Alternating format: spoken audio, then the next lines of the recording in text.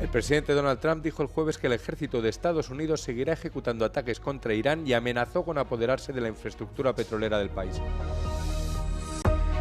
El Banco Central Europeo sube los tipos de interés por primera vez en 3 años, mientras la guerra de Irán alimenta la inflación.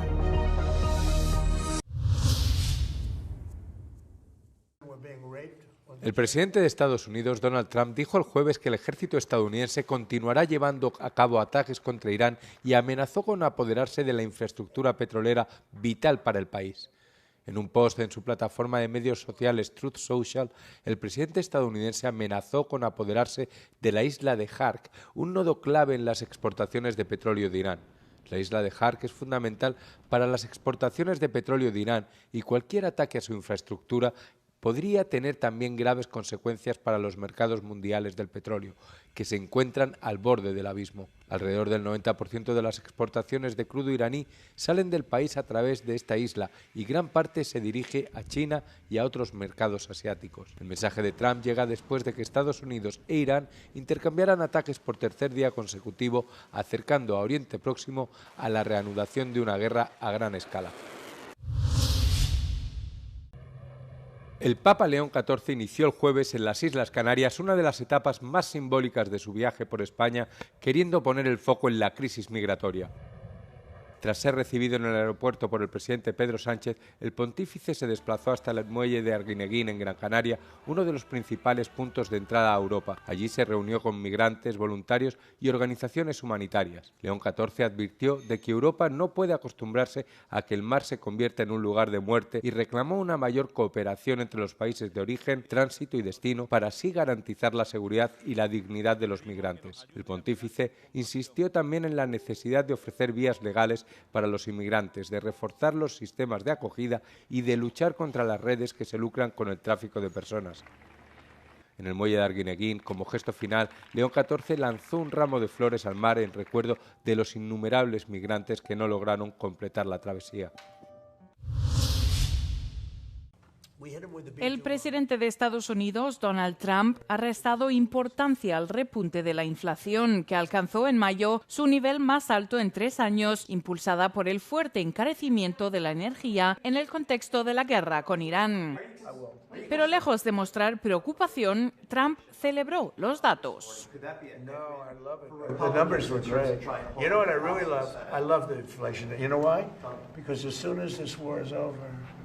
You know, I can say it now, something you didn't know. Do you know we've been taking out millions of barrels of oil?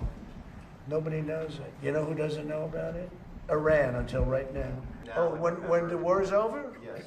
It's coming down. I know you can't. It's going to come down like a rock. And again, we're taking out millions, which I'm just announcing today for the first time, but we've been taking out millions of barrels of oil, millions of barrels. El presidente prometió durante la campaña de 2024 acabar con la inflación, pero ahora atribuye la subida de los precios exclusivamente al impacto de la guerra con Irán. Sin embargo, muchos economistas cuestionan esa explicación y creen que el petróleo tardará meses en volver a los niveles previos al conflicto.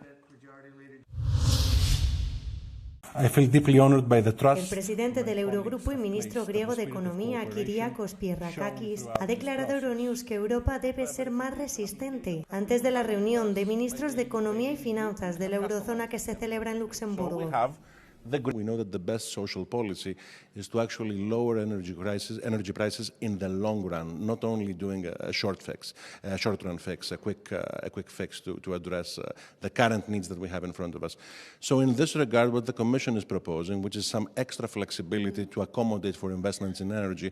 Mientras tanto, en Frankfurt se ha celebrado una reunión en el Banco Central Europeo. Tal y como se esperaba, el Banco Central Europeo ha elevado el tipo de interés del 2 al 2,25%. La Unión Europea se enfrenta a una inflación alimentada por la subida de los precios de la energía, provocada por la guerra en Oriente Medio. We are closely monitoring the situation. We know that the numbers have been adapted, they have been updated, inflation upwards, growth downwards. Are we in a stagflationary tendency? We are, but we're not in stagflation. La inflación anual en la zona euro será del 3,2% en mayo de 2026. El objetivo del Banco Central Europeo es mantener la inflación por debajo del 2% a medio plazo. El Banco Central Europeo ha subido los tipos de interés por primera vez en casi 3 años, en respuesta al aumento de la inflación alimentado por la guerra de Estados Unidos e Israel contra Irán. El banco subió el tipo de interés de su facilidad de depósito del 2% al 2,25% tras la reunión de su Consejo de Gobierno del jueves. El Banco Central Europeo fija la política monetaria de la zona euro mediante 3 tipos de interés básicos. El tipo de la facilidad de depósito del Banco Central Europeo se elevó por primera vez en septiembre de 2023, cuando alcanzó su máximo del 4% para estabilizar la crisis inflacionista posterior a la pandemia. La inflación en la eurozona alcanzó el 3,2% en mayo, su nivel más alto desde septiembre de 2023, impulsada por un aumento del 10,9% de los precios de la energía. Mientras tanto, la economía del bloque se contrajo un 0,2% en el primer trimestre de 2026, lo que llevó a los economistas a advertir de un periodo de estanflación, que combina un débil crecimiento con una inflación creciente. Para los hogares y las empresas de los europeos, la decisión se traduce en un aumento de los costes de los préstamos hipotecarios y empresariales, en un contexto en el que el poder adquisitivo ya se ve mermado por el elevado precio de los combustibles.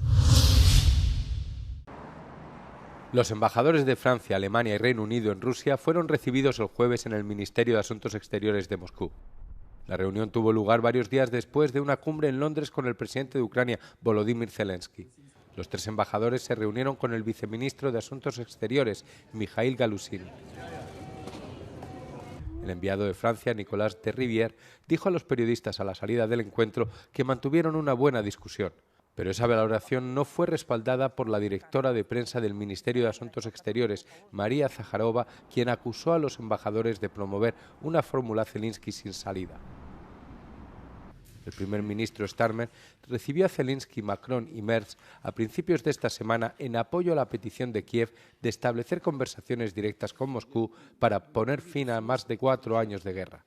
A principios de este mes, Vladimir Putin rechazó la oferta de Zelensky de reunirse cara a cara para poner fin a los combates. La policía recurrió al uso de un cañón de agua para dispersar a los manifestantes que el miércoles por la noche protagonizaron una segunda noche de violentas protestas en Belfast en respuesta a un ataque con cuchillo a principios de esta semana. Los enfrentamientos comenzaron después de que un solicitante de asilo sudanés fuera acusado del ataque que dejó a la víctima gravemente herida, desencadenando la violencia antimigración de estos días. I didn't come out last night when I heard it. I just didn't want to see it all again. You know, it's just sad. It's never going to end. It's just another excuse, you know, to come and wreck the place. It's just thugs. They really are. That's all it is. La familia de Stephen Ogilvy, víctima del apuñalamiento del lunes por la noche, hizo un llamamiento a la calma y pidió que no se utilice su tragedia para dividir a la gente o alimentar la hostilidad. Los bomberos tuvieron que rescatar a varias personas de casas en llamas y más de 2 docenas de residentes se han quedado sin hogar, según las autoridades. Miles de albaneses salieron el miércoles por la noche a las calles de Tirana para protestar por 10º día consecutivo contra un proyecto de urbanización de lujo en una isla deshabitada. Piden la dimisión del primer ministro Edi Rama. Reunidos en la plaza Skanderbeg, antes de marchar hacia el Parlamento, los manifestantes corearon cánticos contra Rama y contra el ex primer ministro Sali Berisha. La manifestación nacional arrancó en contra de un proyecto de desarrollo turístico de lujo en la isla de Sazán y la zona de Pesheporo, financiado por el yerno del presidente estadounidense Donald Trump, Jared Kushner, pero desde entonces se ha convertido en un movimiento más amplio. Los manifestantes han presentado 5 demandas clave, entre ellas la dimisión del gobierno y la renovación de las enmiendas a las leyes que regulan las zonas protegidas y el patrimonio cultural. El gobierno sostiene que el proyecto de la costa adriática es transformador para el mercado del turismo de alto nivel en el país y para su carrera hacia la adhesión a la Unión Europea. Sin embargo, la Comisión Europea instó a las autoridades albanesas a actuar sin demora para no perjudicar el capítulo 27 de sus negociaciones de adhesión, que exige la adaptación a las normas medioambientales europeas. Rama dijo que estas reacciones están siendo impulsadas por bots en línea. Las protestas continuarán en los próximos días. En Francia, Patrick Bruel ha sido objeto de varias denuncias de mujeres que le acusan de violencia sexual y ha sido puesto bajo investigación en 4 casos relacionados con actos presuntamente cometidos entre 2008 y 2019. Fue puesto en libertad, pero bajo supervisión judicial, tras una detención policial de 48 horas. Bruel también ha sido puesto bajo protección de testigos en otros 4 casos. La mise en examen de M. Patrick Bruel était envisagée pour 9 cas. Sur ces 9 cas, les juges d'instruction ont décidé de notifier une mise en examen pour 4 d'entre eux. Pour 4 autres cas, les juges d'instruction ont décidé de faire bénéficier à M. Patrick Bruel du statut de témoin assisté. Et pour le dernier, la prescription a été constatée et n'a donc pas été examinée. El juez de libertades y detención del Tribunal de Nanterre no dio curso a la petición del fiscal de que Bruel ingresara en prisión preventiva.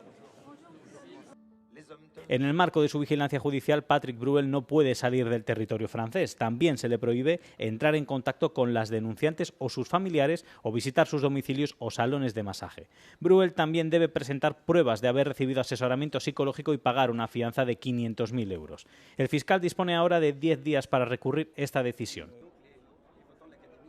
Patrick Bruel, icono de la canción francesa, tenía previsto embarcarse en una gira de festivales este verano con casi 15 fechas. El cantante ha cancelado finalmente todos sus conciertos hasta el próximo mes de septiembre.